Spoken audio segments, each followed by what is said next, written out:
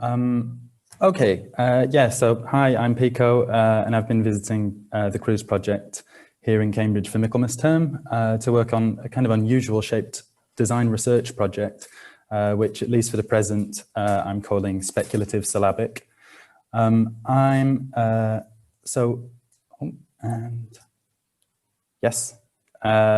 Existential questions. I'm not from a classics, archaeology or linguistics background. I'm from a visual communication background, and I primarily work as an art director and experienced designer, but also as a visual artist. A lot of my work and this project very much included in that could fall under the term speculative design, which in short I'd describe as the practice of using design tools and design thinking to imagine alternative realities, be them future, past, or otherwise. Yeah, essentially I'm here because I'm interested in writing systems and how they respond to different cultural, contextual, and technological factors. The idea for this project came when I first read about the Cypriot Syllabary, and I was amazed I hadn't kind of come across it before because it had such a long lifespan and clearly functioned well at the time. Yeah, I just started to sort of wonder what it might look like if it was still around, and sort of imagine that as if there was like a fork in time, a kind of parallel timeline had occurred where the Cypriot syllabary had continued to be used as the dominant system to write Greek in Cyprus up until this point. And that is how I came to contact Pippa and found Cruise. What I'm showing today is very much early work in progress. I want you to sort of imagine I'm picking up my desk and bringing it to the conference for you to have a look at. And I'd also sort of like to mention that obviously imagining 2,500 years of history for a writing system holistically is pretty much impossible, or is a huge, huge task. So I think the level that I'm going for at the end of my research, before I start making more physical artifacts and art objects from this kind of imagined timeline, is like that of a kind of well-researched movie. I think that's the sort of level I'm trying to pitch it at. Yeah, just something to bear in mind. And then, yeah, these are some questions that I'm going to explore today, which is how it might work phonetically to describe modern Cypriot dialect, some vague ideas about punctuation, but hopefully quite fun, and sort of looking at different typographic approaches, how the letter forms might change, and sort of what some examples of how it might look in a contemporary context are. And then there's lots of questions that are really important that I'm not exploring today, particularly kind of historical, social context. But yeah, it would be great to have some input from people who know things about that afterwards. But yeah, I'm not in a sort of position to talk about that exactly today.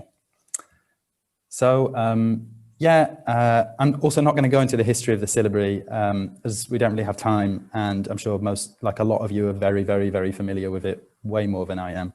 But I also just thought I should put at least one original object or example of it.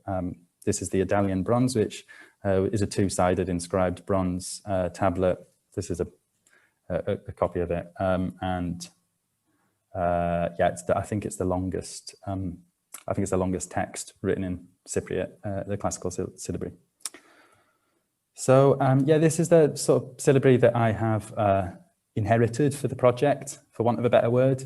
Yeah, you can see it has kind of number of holes in it for various reasons, and it also has some kind of sounds that aren't particularly useful in the modern Greek, like the wa, where, we, war.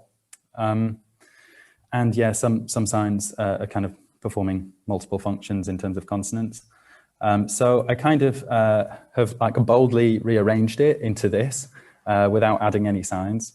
Kind of changed the wa to be vida, like v sounds. Yeah, there's sort of, some of them are acting as other consonants or double consonant sounds. And I can kind of show how that would be differentiated. But yeah, so yeah, like along the way of kind of doing this research, as I sort of muddle through it, I have been looking at lots of other different writing systems, and particularly syllabic systems that exist today or have had a longer lifespan. And so trying to see if I could borrow or pinch little things that could be useful to put Cypriot syllabic in a modern context. So yeah, one of the things I was looking at was the Gyes Abugida, which has these like really cool ligatures to differentiate vowel sounds. But here I've kind of shown how it could be applied to consonant sounds. They're not particularly well designed, but yeah, it kind of gives an idea. But this is sort of something that I didn't go down, but it was kind of interesting exploring it for various reasons. Yeah, because it basically massively increases the set of glyphs you would need, which in certain technological contexts becomes problematic or more difficult. So this is kind of like an example sentence of where I've netted out that shows a few features of the things that I've been thinking about as ways to modernize the syllabary. And the example sentence is "How are you?" which in one way of saying that in Cypriot dialect would be "In dambukamnis." So here you can kind of see it's split into syllables. I've kind of put these colon mark things as opposed to doing some sort of fancy ligatures. And I've imagined that what that does is it kind of indicates to the reader that it is not the stem form of the consonant. And some other features that I've kind of shown here is vowel echo for dummy vowels in words. And also nasal sounds, I believe, were kind of removed before consonants in the original form of the syllabary. But in the context of modern Cypriot dialects, that's a really common thing, sort of even more common than in sort of more standard modern Greek. So it felt like a feature to kind of put in as opposed to remove. And yeah, I'm using the kind of forms of consonants for closed syllable endings. And I've also sort of used an Arabic question mark, which is kind of because one, I think reversing a Greek one or something would be a bit confusing with the colon system. And also I think it's nice to imagine that with, if it did continue to be used in Cyprus with its proximity to other to Arabic speaking writing cultures, and it's still being right to left, it might adopt certain features from there. And there's like obviously like absolutely loads of unsolved problems. I won't get into them all. These are a few. Like I don't have a psi, but I'm not sure I need a psi in this because it's not the most common. It's not the most common sound in Greek, to my knowledge. It's worth like 10 points on the Scrabble board, I think. And sort of, does it need specific ways of writing j and ch, sort of stuff like how you would do tafsita and tafsigma in modern Greek? And so does that kind of need its own specific thing? Because some of those sounds are pretty common in Cypriot dialects. And then, yeah, to skip through some of these, but like, yeah, how would numbers work? That would be, is it kind of the same way it works in modern Hebrew, where you just have left to right normal standard numbers, the same numbers as we do? Is that confusing? I'm not sure. I don't have very much context for that. Also, like, is there a lack of visual distinction between certain things that would be alphabetic characters in modern Greek? Is that going to cause confusion in sort of understanding or kind of expressing the grammatical properties of certain things? And yeah, do I need new glyphs, or do we need new glyphs? And if so, where would we take them from? Would we borrow them from other kind of, imagine they got absorbed from other writing systems, or how would that work? And so, yeah, kind of showing some of these slightly problematic things here. So like psifizo being pisifizo, and calogeri being calotezeri, but obviously pronounced just as they are in the modern Cypriot dialect.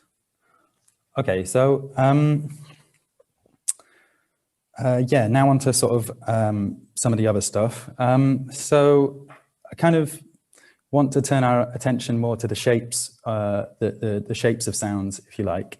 This kind of is obviously lots of A's, and I think most of us could understand these as A's, particularly in the right context, even the really weird ones.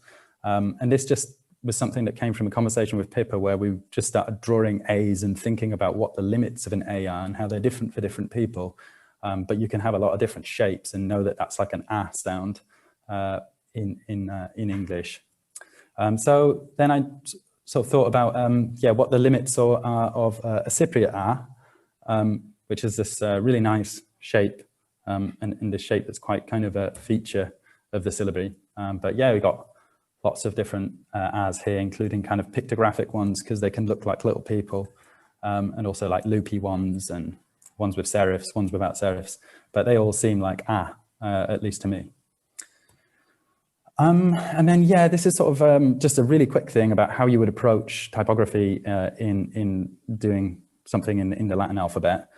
So typically, there are certain letters which you know are going to give you other letters. So an H will essentially just give you an E, F, I, L, and T, and sort of so on and so on. But like identifying those letters that give you more letters is how you create neat and consistent systems that are, you know, easy to read and not impossible to make. So yeah, I start to try and identify what they are in the Cypriot syllabary. So this is sort of, you get 5 more characters from the A, which is sort of the E, the I, the Ku, potentially, the Me, and the Mu, which I've had to fudge a bit to make it a bit more narrow so it doesn't end up hugely wide. But yeah, so yeah, it's a kind of interesting process trying to find those characters that you can extrapolate further characters from. And there's lots of them with clear potential relationships. You can see these ones across the top. That's quite a clear potential relationship. This particular one, these letters, these glyphic forms I have built by kind of butchering and chopping up Times New Roman to try and create a Cypriot syllabic Times New Roman style font.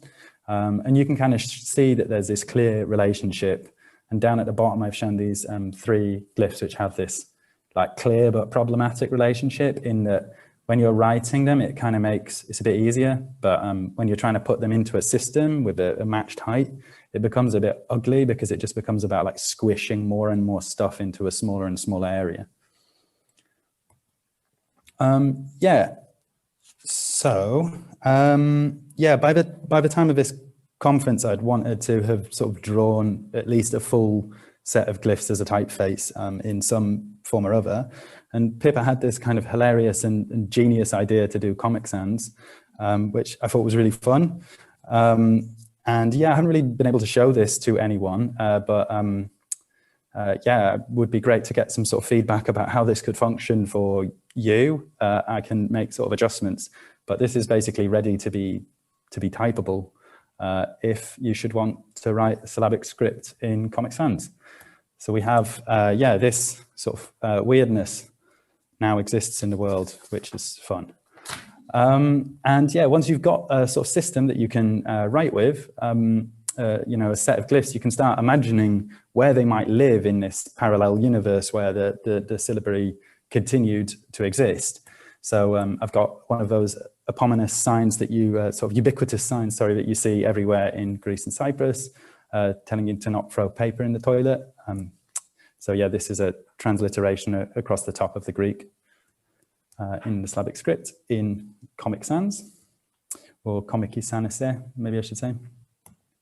And then something else that I've been exploring really briefly is like looking at monospaces, because monospaced fonts are kind of interesting because it's a very big challenge to squish a lot of stuff into a small space, or into the same space. Kind of crazy to put an I in a Roman one in the same space as a caps W, but that's what we do. So yeah, ultimately I would definitely, one of the objects I would really like to make is the golf ball for an IBM Selectric typewriter, which is that type ball that you can kind of switch out. So yeah, I need to kind of develop a sort of monospace for that. This is still very clunky. That says Kalimera Eleni. But yeah, just thought I'd show you that. And then also like the context of sort of branding, I find really, really interesting, like how you might preserve a relatively obscure, on the global sense, writing system by sort of laws that insist that brands put their products in the writing system native to the place in order to sell them.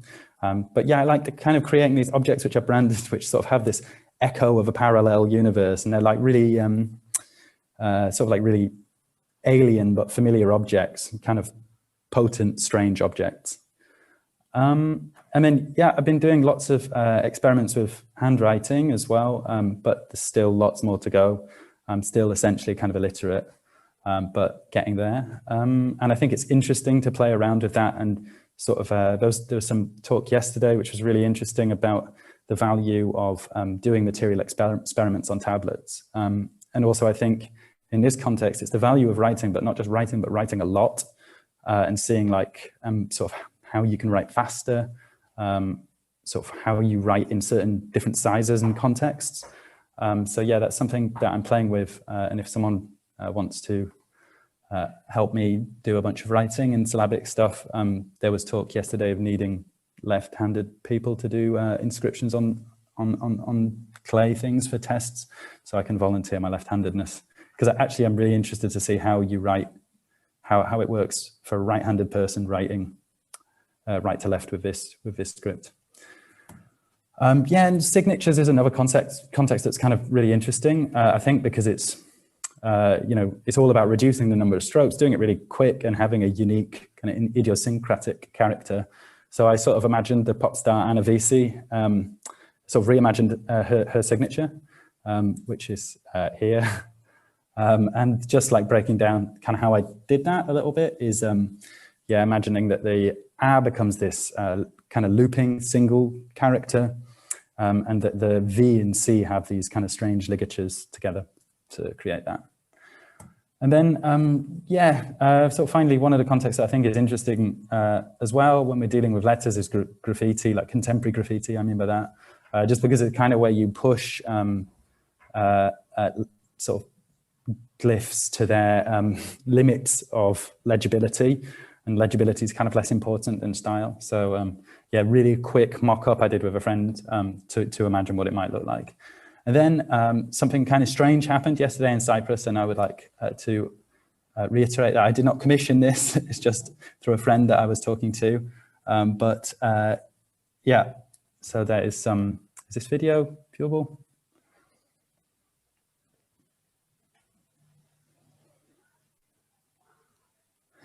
Yeah, so if you're in the Anthropoli area today in Cyprus, you might see some syllabic, a syllabic tag or some syllabic graffiti. Oh, yeah, like that. And that's me. Thanks very much. Oh, and yeah, please do get in contact. These are my contact details on my Twitter handle.